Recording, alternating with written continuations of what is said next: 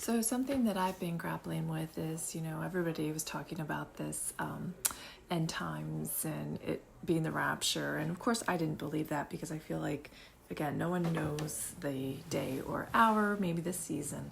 But, it got me thinking, is God still speaking to us?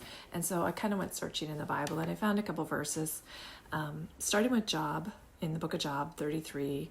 It starts with verse 14. It says, "For God does speak, now one way, now another, though no one perceives it. In a dream, in a vision of the night, when deep sleep falls on people, as they slumber in their beds, he may speak in their ears and terrify them with warnings, to turn them from wrongdoing and keep them from pride, to preserve them from the pit, their lives from perishing by the sword." So this is telling me that, he does come to us in dreams and visions. Another example, I spoke about this in another video, is in Acts 2:17. He talks about pouring out a spirit in the end times and that people will prophesy. John 10:27, he says, "My sheep hear my voice, so his followers hear his voice and come to him." In Hebrews 1, verses 1 and 2, it talks about in the last days he has spoken to us by his Son, indicating that he would be speaking to us through Jesus.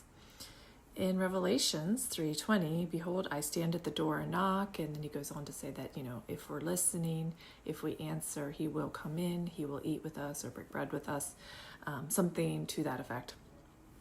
And again in James 1:5, he said, "Let him ask God, who gives to all liberally." That basically, if we talk to God, if we ask him for things, he is great and he will give to us. So I think, God is speaking to us. What I think about prophesizing, I do think that some people do have that gift to prophesize.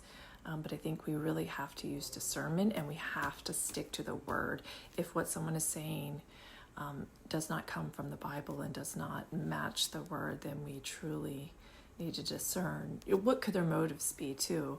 I was listening to Philip Anthony Mitchell and he was talking about, when someone feels called to priesthood, like what is their motive? Are they doing it to elevate themselves or are they doing it to elevate God? And I thought that was a really good point.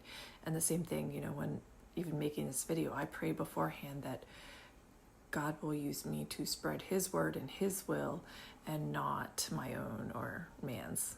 So there's a few for you, a few verses. Go study, go read.